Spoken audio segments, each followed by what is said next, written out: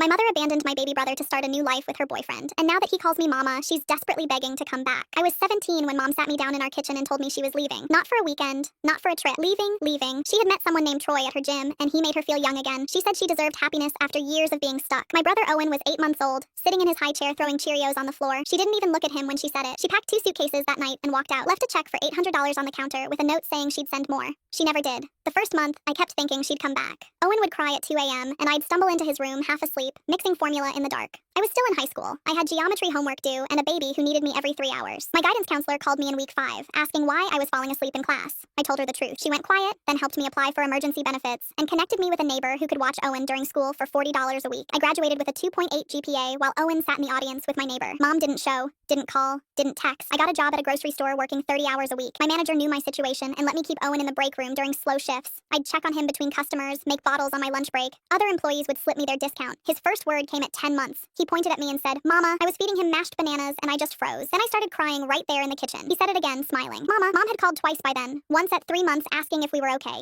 Once at 6 months saying she was happy. Both times I hung up after 30 seconds. First steps happened at 13 months. I have it on my phone. He took 4 wobbly steps from the couch to my arms and I screamed so loud the upstairs neighbor banged on the floor. When Owen was 2, Mom showed up without warning. Just knocked on the door at 10 a.m. on a Tuesday. She looked different. Blonde highlights, new clothes, a tan. She said she wanted to see him. Owen was in the living room watching Bluey. She walked over smiling, arms out. "Hi baby, I'm your mama. I've missed you so much." He looked at her like she was a stranger. Then he looked at me and reached for me crying. "Mama, up, mama." She stood there frozen. I picked him up and he buried his face in my shoulder. Mom left 10 minutes later saying she'd come back another time. She didn't. He started preschool at 3. 2 months in, his teacher asked to speak with me. She said Owen had made a Mother's Day card with my name on it. Mama, written in his messy handwriting with crayon flowers everywhere. He'd been telling the other kids I was his mama. That night, I asked him if he wanted to call me mama or sissy. He said, "You're my mama." I told him that was okay with me. Then 6 months ago, Mom called crying. She and Troy had broken up. She was back in town. She wanted a relationship with her son. She said she'd made mistakes, but she was ready now. I told her he already had a mother. She said I couldn't keep him from her. I told her to get a lawyer if she wanted to try. Last month was Owen's 4th birthday. I saved for 3 months. I rented a community center, invited his entire preschool class, hired a Spider-Man performer, and ordered a custom cake with his favorite dinosaurs. Mom appeared halfway through with a wrapped present, smiling like she belonged there.